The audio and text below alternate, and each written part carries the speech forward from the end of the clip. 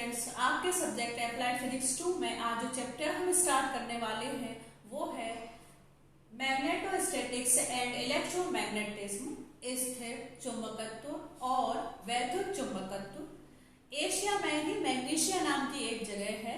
कौन सी जगह है? मैग्नीशिया नाम की एक जगह है जिसमें ऐसी काली चट्टानें पाई जाती हैं जो लोहे को, आयरन को अपनी ओर अट्रैक्ट करती हैं।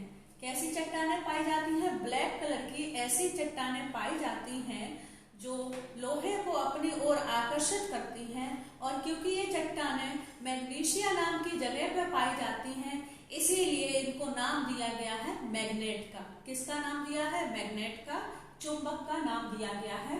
जब हम फेरस ऑक्साइड को फेरिक ऑक्साइड से मिला देते हैं, FeO मतलब फेरस ऑक्साइड और Fe2O3 फेरिक ऑक्साइड, इन दोनों को मिला देते हैं तो एक ऐसा कंपाउंड बनता है Fe3O4 जिसको हम कह देते हैं मैग्नेट।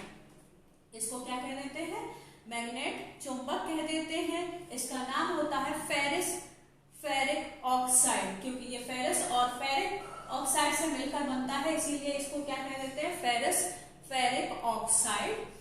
ऐसे सबस्टेंसेस जो लोहे को या किसी मेटल को, किसी द्रव्य को अपनी ओर आकर्षित करते हैं, उनको ही क्या कह देते हैं? मैग्नेट कह देते हैं, चुंबक कह देते हैं। और मैग्नेटिक फील्ड क्या है? चुंबकीय क्षेत्र क्या होता है? एक ऐसा फील्ड जिसमें किसी चुंबक के चारों ओर का एक ऐसा फील्ड जिसमें मैग्नेट इफेक्ट को, जो चुंबक का प्रभाव है, उसको फील किया जा सके, एक्सपीरियंस किया जा सके मैग्नेटिक इफेक्ट का, उसी फील्ड को हम क्या कह देते हैं? Magnetic field. एक ऐसा फील्ड किसी चुंबक के चारों ओर का जिसमें हम चुंबकीय प्रभाव को महसूस कर सकते हैं, उसको ही हम क्या कह देते हैं? Magnetic field. इसको हम B से रिप्रेजेंट करते हैं, कैपिटल B से रिप्रेजेंट करते हैं। नेक्स्ट क्या है? मैग्नेटिक फ्लक्स, चुंबकीय फ्लक्स। और ये क्या है? ये प्रोडक्ट है चुंबकीय क्षेत्र की तीव्रता का या चुंबकीय प्रेरण का, मैग्नेटिक इंडक्शन का, और जो एरिया है किसी सरफेस का जो किस में रखा हुआ है? मैग्नेटिक फील्ड में रखा हुआ है, उसका एरिया, दोनों के प्रोडक्ट को हम क्या कह देते हैं? फाई मैग्नेटिक फ्लक्स कह देते हैं। किस किस का प्रोडक्ट है ये? मैग्नेटिक फील्ड का और area cross section of a surface inside magnetic field is called magnetic flux. Phi से इसको रिप्रेजेंट करते हैं। जो इंटेंसिटी है या प्रेरण है या इंडक्शन है, चुंबकीय प्रेरण या मैग्नेटिक इंडक्शन, उसको हम B से रिप्रेजेंट करते हैं और एरिया को हम A से रिप्रेजेंट करते हैं। इसका फॉर्मूला हो जाता है phi is B into A और इसकी यूनिट होती है वेबर। क्या होती है? वेबर। एक साइंटिस्ट थे, उन्होंने इस मैग्नेटिक फ्लक्स को इंट्रोड्यूस कराया है, इसके बारे में बताया है, जिसका नाम था वेबर। तो इसीलिए इसके यूनिट, जो SI यूनिट है, वो उन्हीं के नाम पर है। क्या है? वेबर। और इसकी जो MKS सिस्टम में यूनिट है वो आप खुद ही फाइंड आउट कर लेंगे। सेमेस्टर फर्स्ट में आपको बताया गया था कि आप कैसे किसी की यूनिट को या डायमेंशन को ड्राइव कर सकते हैं। इंटेंसिटी ऑफ मैग्नेटाइजेशन, चुंबकन तीव्रता। और ये क्या है? जो हमारा मैग्नेटिक मूवमेंट होता है, मैग्नेटिक डाइपोल मूवमेंट, चुंबकीय द्विध्रुव आघूर्ण, उसके बराबर होता है। जो इंटेंसिटी है, जो तीव्रता है, वो किसके बराबर होती है? चुंबकीय द्विध्रुव आघूर्ण के बराबर होती है। अगर जो सरफेस हमने लिया है उसका जो वॉल्यूम है वो कितना हो? यूनिट हो। यूनिट का मतलब है कि अगर V है वो कितना है? 1 मीटर क्यूब है, तो जो चुंबकीय द्विध्रुव आघूर्ण है उसको ही हम क्या कह देते हैं? चुंबकन तीव्रता कह देते हैं। तो ये क्या होता है? रेशियो होता है। जो चुंबकन तीव्रता है, इंटेंसिटी ऑफ मैग्नेटाइजेशन, ये है ratio of magnetic dipole movement and volume of a surface inside magnetic field. किसी चुंबकीय क्षेत्र में चुंबकीय द्विध्रुव आघूर्ण और आयतन के अनुपात को हम क्या कह देते हैं? चुंबकन तीव्रता कह देते हैं। अगर जो आयतन है, वॉल्यूम है, वो 1 मीटर क्यूब हो, तो जो चुंबकीय द्विध्रुव आघूर्ण है, मैग्नेटिक मूवमेंट है, उसी को हम क्या कह देते हैं? इंटेंसिटी ऑफ मैग्नेटाइजेशन, चुंबकन तीव्रता कह देते हैं। और यूनिट तो आप इसकी निकाल ही लेंगे। नेक्स्ट है मैग्नेटिक डाइपोल।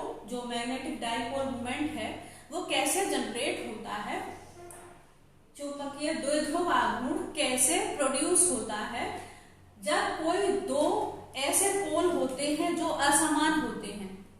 चुंबक के दो पोल होते हैं, एक होता है नॉर्थ पोल, दूसरा होता है साउथ पोल। दक्षिणी ध्रुव और उत्तरी ध्रुव, दो ध्रुव होते हैं। तो अगर कोई अनलाइक पोल्स हैं जिनकी स्ट्रेंथ कैसी है, इक्वल है, दो असमान ध्रुव जिनकी सामर्थ्य कैसी है, बिल्कुल एक समान है, तो वो क्या करते हैं, वो एक मैग्नेटिक डाइपोल मोमेंट का निर्माण करते हैं। कोई असमान चुंबकीय ध्रुव जिनकी सामर्थ्य भी एक समान है, वो क्या करते हैं, एक चुंबकीय द्विध्रुव आघूर्ण का निर्माण करते हैं, वो प्रोड्यूस करते हैं। जो टू अनलाइक पोल्स हैं ऑफ इक्वल स्ट्रेंथ, वो क्या प्रोड्यूस करते हैं, एक मैग्नेटिक डाइपोल को। और उनके बीच में जो डिस्टेंस होती है वो कैसी होनी चाहिए, यूनिट होनी चाहिए। एकांक दूरी पर जो दो ध्रुव होते हैं असमान ध्रुव और उनकी सामर्थ्य कैसी होती है, समान होती है, तब वो किसका निर्माण करते हैं, एक मैग्नेटिक डाइपोल का, एक चुंबकीय द्विध्रुव का निर्माण करते हैं। जैसे हमने यहाँ पर एक मैग्नेट ली है, ये उसका साउथ पोल है, दक्षिणी ध्रुव, और ये कौन सा है, नॉर्थ पोल है, उत्तरी ध्रुव। ये अनलाइक पोल्स हैं, ये है -m, इनकी जो सामर्थ्य है, जो इनकी स्ट्रेंथ है, उसको m से रिप्रेजेंट किया गया है। तो ये है -m और वो है +m, मतलब दो अनलाइक पोल्स हैं, एक कैसा है, नेगेटिव है, और दूसरा कैसा है, पॉजिटिव। और इन दोनों को बहुत ही कम डिस्टेंस पर, जो कि L से रिप्रेजेंट की गई है, रखा गया है। कितनी डिस्टेंस पर रखा गया है, L पर। तब ये, क्योंकि ये बहुत कम डिस्टेंस पर सेपरेटेड हैं, ये दोनों अनलाइक पोल्स हैं और इनकी जो सामर्थ्य है वो बिल्कुल बराबर है। इसकी भी m है स्ट्रेंथ और उसकी भी m है। तब ये क्या करते हैं, एक डाइपोल का निर्माण करते हैं, एक डाइपोल को प्रोड्यूस करते हैं, आघूर्ण को, द्विध्रुव आघूर्ण का निर्माण करते हैं। तो जो द्विध्रुव आघूर्ण है वो क्या है, is the product of pole strength, जो ध्रुवों की सामर्थ्य है उसके, and the length of magnet और डिस्टेंस बिटवीन द पोल्स, जो दोनों ध्रुवों के बीच की दूरी है या जो चुंबक की लंबाई है उसके, और चुंबक की जो सामर्थ्य है ध्रुवों की, दोनों ध्रुव हैं उनकी जो सामर्थ्य है उसके गुणनफल को ही हम क्या कह देते हैं, चुंबकीय द्विध्रुव आघूर्ण। कैपिटल M से इसको रिप्रेजेंट किया जाता है, जो होता है m × L, m for strength of poles, सामर्थ्य ध्रुवों की, और L का मतलब क्या है, दोनों ध्रुवों के बीच की जो दूरी है, डिस्टेंस बिटवीन बोथ पोल्स, या फिर लेंथ ऑफ मैग्नेट, जो चुंबक की लंबाई है। और इस तरह से हम क्या निकाल सकते हैं, मैग्नेटिक डाइपोल मोमेंट, चुंबकीय द्विध्रुव आघूर्ण का मान ज्ञात कर सकते हैं। टॉपिक है क्लासिफिकेशन ऑफ मैग्नेटिक मटेरियल्स। जो चुंबकीय पदार्थ होते हैं उनको कुछ भागों में बांटा गया है, जिसमें पहला है डायमैग्नेटिक मटेरियल्स। पहला कौन सा है, प्रतिचुंबकीय पदार्थ। और प्रतिचुंबकीय पदार्थ कैसे होते हैं, ऐसे पदार्थ जिनको अगर आप मैग्नेटिक फील्ड में रख देते हैं, किस में रख देते हैं, चुंबकीय क्षेत्र में रख देते हैं, तो उन पर चुंबक का गुण आ जाता है, चुंबक का असर आ जाता है। वो कैसे हो जाते हैं, मैग्नेटाइज्ड हो जाते हैं। लेकिन जो असर आता है चुंबक का, वो बहुत कम मात्रा में आता है, बहुत थोड़े से वो चुंबकत्व हो जाते हैं, या जो मैग्नेटाइज्ड है या मैग्नेट का जो इफेक्ट है वो बहुत कम मात्रा में पड़ता है उन पर, और उनकी जो डायरेक्शन होती है वो अपोजिट होती है to the direction of magnetic field. तो ऐसे ही पदार्थों को हम क्या कह देते हैं, डायमैग्नेटिक मटेरियल्स। ऐसे पदार्थ जिनको किसी चुंबकीय क्षेत्र में रख देने पर उन पर चुंबक का प्रभाव पड़ जाता है, चुंबक के गुण आ जाते हैं, लेकिन बहुत कम मात्रा में चुंबक के गुण आते हैं, और वो भी विपरीत दिशा में आते हैं। जो चुंबकीय क्षेत्र है, मैग्नेटिक फील्ड है, उसके अपोजिट डायरेक्शन में आते हैं, तो उन्हीं को हम क्या कह देते हैं, डायमैग्नेटिक मटेरियल्स। जैसे कि गोल्ड है, कॉपर है, वाटर है, एयर है, हाइड्रोजन है, ये सभी ऐसे एलिमेंट्स हैं जिनको अगर हम मैग्नेटिक फील्ड में रख देते हैं तो ये बहुत कम मात्रा में चुंबकत्व हो जाते हैं या मैग्नेटाइज्ड हो जाते हैं, बहुत कम गुण आ जाते हैं इन पर चुंबक के, और जो अपोजिट होते हैं मैग्नेटिक फील्ड के, तो यही जो एलिमेंट्स हैं इनको क्या कहते हैं, डायमैग्नेटिक मटेरियल्स। और जो दूसरे हैं, सेकेंड टाइप है इसका, वो है पैरामैग्नेटिक मटेरियल्स, अनुचुंबकीय पदार्थ। ऐसे पदार्थ जिनको चुंबकीय क्षेत्र में रख देने पर उन पर कम असर ही आता है चुंबक का, जो मैग्नेटिक प्रॉपर्टीज हैं वो कम ही शो कर पाते हैं ये, लेकिन इनकी डायरेक्शन होती है वही सेम जो मैग्नेटिक फील्ड की डायरेक्शन होती है। तो इन्हीं पदार्थों को हम क्या कह देते हैं, पैरामैग्नेटिक मटेरियल्स। ऐसे पदार्थ जिनको चुंबकीय क्षेत्र में रख देने पर बहुत कम मात्रा में वो चुंबक का असर आ जाता है, चुंबक का गुण रिप्रेजेंट करते हैं, और उनकी जो डायरेक्शन होती है वो वही होती है जो चुंबकीय क्षेत्र की होती है।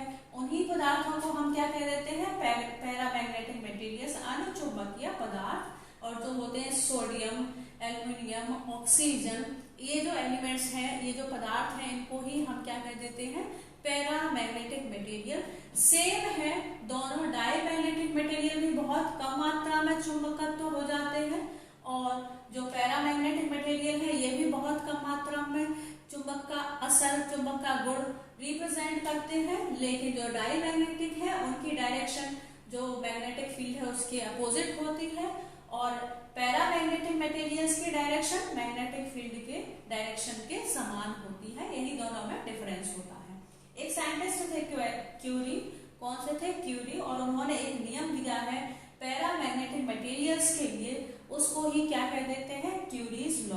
और उन्होंने ऐसा बताया कि कोई जो पैरामैग्नेटिक मटेरियल है, कोई अनुचुंबकीय पदार्थ है, तो अगर हम उसको ज्यादा टेम्परेचर दे देते हैं, ज्यादा हीट दे देते हैं, तो उस पर जो थोड़े बहुत चुंबकीय गुण होते हैं, पैरामैग्नेटिक मटेरियल्स जो है वो क्या होते हैं, वीकली मैग्नेटाइज्ड होते हैं, तो जो थोड़े बहुत चुंबकीय गुण होते हैं वो भी खत्म हो जाते हैं।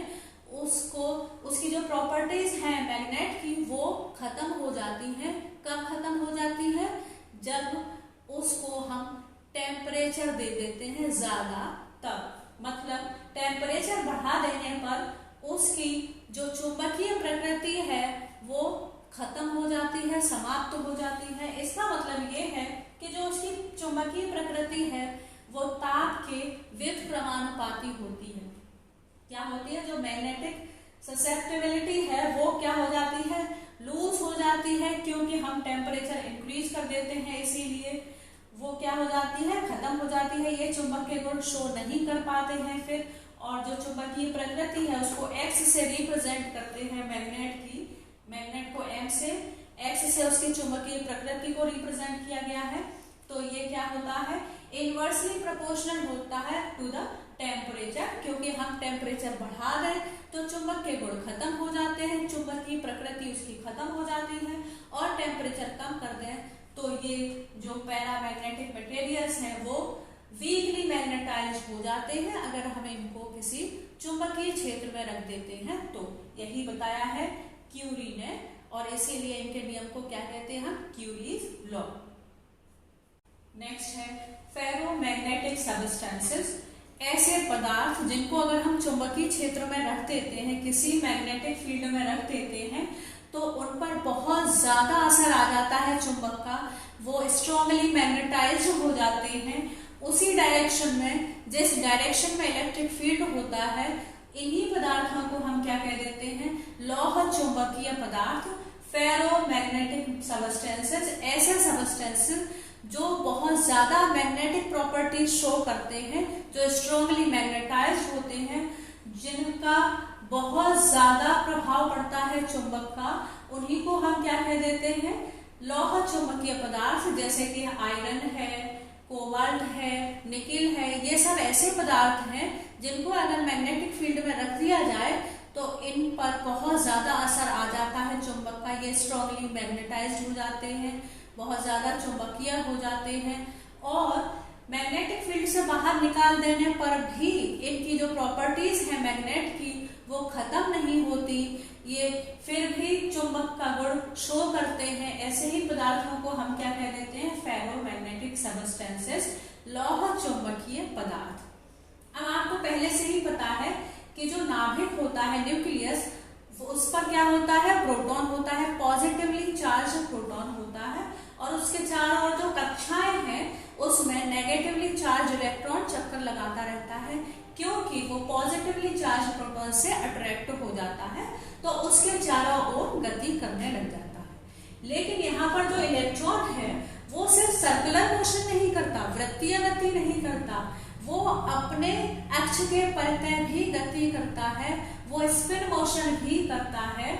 तो ये जो स्पिन मोशन है इलेक्ट्रॉन का, इसके कारण एक धारा प्रवाहित हो जाती है, और धारा प्रवाहित होने पर उस इलेक्ट्रॉन पर चुंबकीय गुण आ जाते हैं, क्योंकि जो एक करंट कैरिंग इलेक्ट्रॉन है या चार्ज है वो हमेशा ही चुंबकीय गुणों को शो करता है, जो मैग्नेटिक प्रॉपर्टीज हैं उनको रिप्रेजेंट करता है, क्योंकि उस पर चुंबकीय गुण उत्पन्न हो जाते हैं।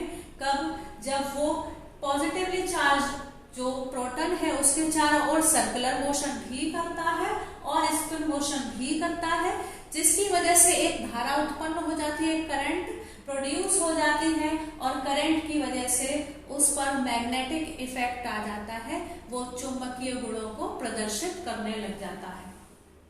तो ये जो इलेक्ट्रॉन है वो v वेलोसिटी से, जिस ऑर्बिट में वो चक्कर लगा रहा है, उसकी वेलोसिटी को हमने किससे रिप्रेजेंट किया है, v से, जिसको हम कहते हैं ऑर्बिटल वेलोसिटी, कक्षीय वेग। और जितने समय में वो चक्कर लगा रहा है उसको हम कहते हैं आवर्तकाल, टाइम पीरियड। एक चक्कर लगाने में जो समय लगता है उसको क्या कह देते हैं, आवर्तकाल। ये जो सर्कल बनता है इसकी रेडियस को हमने स्मॉल r से रिप्रेजेंट किया है। किससे रिप्रेजेंट किया है त्रिज्या को, स्मॉल r से। जब करंट प्रोड्यूस हो जाती है तब उसको हमने I से रिप्रेजेंट किया है, जो धारा है इसमें जो बहने लगती है, spin motion and circular motion की वजह से उसको हमने किससे रिप्रेजेंट किया है, I से। तो जो धारा है वो कितनी होती है, आवेश प्रवाह की दर को धारा कहते हैं। Rate of flow of charge is called electric current, ऐसा आपको बताया गया था। यहाँ पर क्या फ्लो हो रहे हैं, इलेक्ट्रॉन फ्लो हो रहे हैं। Q बराबर क्या होता है, NE, ये भी आपको बताया गया था। तो Q की जगह पर हम क्या रख देंगे, NE। और जो T है, जो टाइम है, उसको हमने किससे रिप्रेजेंट किया है, कैपिटल T से। The time taken by the electron to complete one vibration और one oscillation is called time period, और इसको हमने टाइम को किससे रिप्रेजेंट किया है, T से। अब हम एक इलेक्ट्रॉन की बात कर रहे हैं, तो N बराबर कितना हो जाएगा, 1। तब I बराबर कितना हो जाएगा, E/T। आपको सेमेस्टर फर्स्ट में ऑर्बिटल वेलोसिटी, कक्षीय वेग के बारे में बताया गया था, और जो होता है 2πr/T, वह वेग जिससे कोई पिंड पृथ्वी के चारों ओर अपनी कक्षा में चक्कर लगाता रहता है, उसको ही हम क्या कह देते हैं, कक्षीय वेग कहते हैं। ऑर्बिटल वेलोसिटी क्या है, the minimum velocity which is required for a satellite to oscillate in its orbit around Earth is called orbital velocity। ये आपको सेमेस्टर फर्स्ट में पढ़ाया गया था। तो यहाँ से जो T है वो बराबर किसके हो जाएगा, 2πr/v। ये T का फॉर्मूला हम यहाँ रख देंगे, तब I कितना हो जाएगा, E/v/2πr। और क्योंकि धारा उत्पन्न होने से चुंबकीय गुण भी उत्पन्न हो जाते हैं, और जब चुंबकीय गुण धारा की वजह से उत्पन्न हो जाते हैं तो जो चुंबकीय द्विध्रुव आघूर्ण है, मैग्नेटिक डाइपोल मूवमेंट, जिसके बारे में हमने अभी थोड़ी देर में बात करी थी, वो होता है I/A। धारा की वजह से, चुंबकीय गुण आ जाने की वजह से जो चुंबकीय द्विध्रुव आघूर्ण है वो होता है धारा और क्षेत्रफल के गुणनफल के बराबर। Product of electric current and area of cross section is called magnetic dipole movement. और यहाँ से हम I का ये जो फॉर्मूला है वो रख देंगे, तब ये हो जाएगा EV/2πr। ये क्या होता है, ये जो सर्कल बना है, वृत्त का क्षेत्रफल क्या होता है, πr²। A की जगह हम क्या रख देंगे, πr²। तब ये हो जाएगा, जो M है हमारा डाइपोल मूवमेंट, वो हो जाएगा, ये कैंसिल हो जाएगा, 2 रह जाएगा, तो m किसके बराबर हो जाएगा, EVR/2। अब हम क्या करेंगे, इस इक्वेशन में, इक्वेशन 1 में ऊपर और नीचे जो मास ऑफ इलेक्ट्रॉन है, इलेक्ट्रॉन का द्रव्यमान, जिसको हम किससे रिप्रेजेंट करते हैं, me से, किससे, me से, उससे मल्टीप्लाई कर देंगे और उसी से डिवाइड कर देंगे इक्वेशन 1 को, तब m बराबर हो जाएगा EVR इंटू me/2me। हमने क्या किया है, जो इलेक्ट्रॉन का द्रव्यमान है me, उससे ऊपर और नीचे मल्टीप्लाई कर दिया है और इसको कन्वर्ट कर लिया है। अब आपको पहले सेमेस्टर फर्स्ट में ही एक और क्वांटिटी के बारे में पढ़ाया गया था, जिसको हम कहते हैं जे, एंगुलर मोमेंटम, कोणीय संवेग के बारे में आपको बताया गया था। तो ये जो हमने मल्टीप्लाई किया है, यहां से हम क्या करेंगे, जो कोणीय संवेग है उसका मान रख देंगे और कोणीय संवेग होता है जे बराबर होता है, क्या होता है, me जो द्रव्यमान है इलेक्ट्रॉन का, इंटू v इंटू r। कोणीय संवेग का ये फॉर्मूला होता है, वो क्या होता है, me इलेक्ट्रॉन का द्रव्यमान, mass of electron, into v orbital velocity, कक्षीय वेग, इंटू r वृत्त की त्रिज्या, रेडियस ऑफ सर्कल। तो इसकी जगह हम क्या रखेंगे, वेग, जो कोणीय संवेग है जे से रिप्रेजेंट किया है हमने, उसको रख देंगे, तब ये हो जाएगा E इंटू J/2me। क्या हो जाएगा, E इंटू J/2me। और जो बोहर है, एक साइंटिस्ट थे, कौन थे, बोहर, उन्होंने ये बताया कि किसी इलेक्ट्रॉन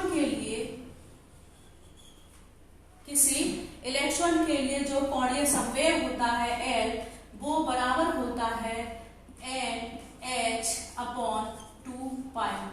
बोहर एक साइंटिस्ट थे जिन्होंने केमिस्ट्री में बहुत ज्यादा काम किया है।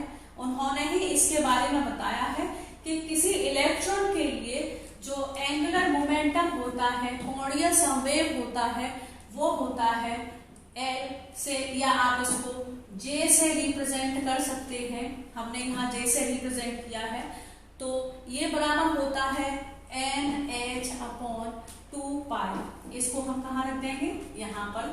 तो ये जो फॉर्मूला हो के आएगा हमारा ड्राइव, वो कितना हो जाएगा, 4πme। तो इस तरह से जो इलेक्ट्रॉन है उसका हम डाइपोल मोमेंट निकाल सकते हैं। कब निकाल सकते हैं, जब उसमें धारा प्रवाहित हो जाती है उसके सर्कुलर मोशन और स्पिन मोशन की वजह से, तब चुंबकीय गुण भी उत्पन्न करता है वो, उस पर चुंबकीय गुण भी आ जाते हैं। तब चुंबकीय द्विध्रुव आघूर्ण उसका होता है m बराबर NEH/4πme। n का मतलब है नंबर ऑफ ऑर्बिट, n का मतलब क्या है, नंबर ऑफ ऑर्बिट। कौन सी कक्षा की बात कर रहे हैं हम, 1 की, 2 की या 3 की, उसको हम n की जगह रख देंगे। E का मतलब क्या है, आवेश इलेक्ट्रॉन पर, चार्ज ऑन इलेक्ट्रॉन। और H का मतलब क्या है, प्लैंक्स कांस्टेंट, प्लैंक नियतांक, 4π इंटू m। E का मतलब क्या है, मास ऑफ इलेक्ट्रॉन। तो इस तरह से जो लौह चुंबकीय पदार्थ होते हैं वो हमेशा ही जो चुंबकीय गुण है उनको शो करते हैं, मैग्नेटिक प्रॉपर्टी शो करते हैं, स्ट्रांगली मैग्नेटाइज हो जाते हैं जब हम उनको किसी मैग्नेटिक फील्ड में रख देते हैं। तब अगर आप उनको बाहर भी निकाल देते हैं मैग्नेटिक फील्ड से, तब भी उन पर चुंबक का असर रहता है, तब भी वो मैग्नेटिक प्रॉपर्टी शो करते हैं। ऐसे ही पदार्थों को क्या कह देते हैं, फेरोमैग्नेटिक मटेरियल्स। आपके इस लेक्चर के नोट्स में आपको भेज दूंगी, जिससे आप डिटेल स्टडी कर पाएंगे। स्टडी करते समय अगर कोई प्रॉब्लम होती है आपको, तो आप मुझे जरूर बताएं। Thank you.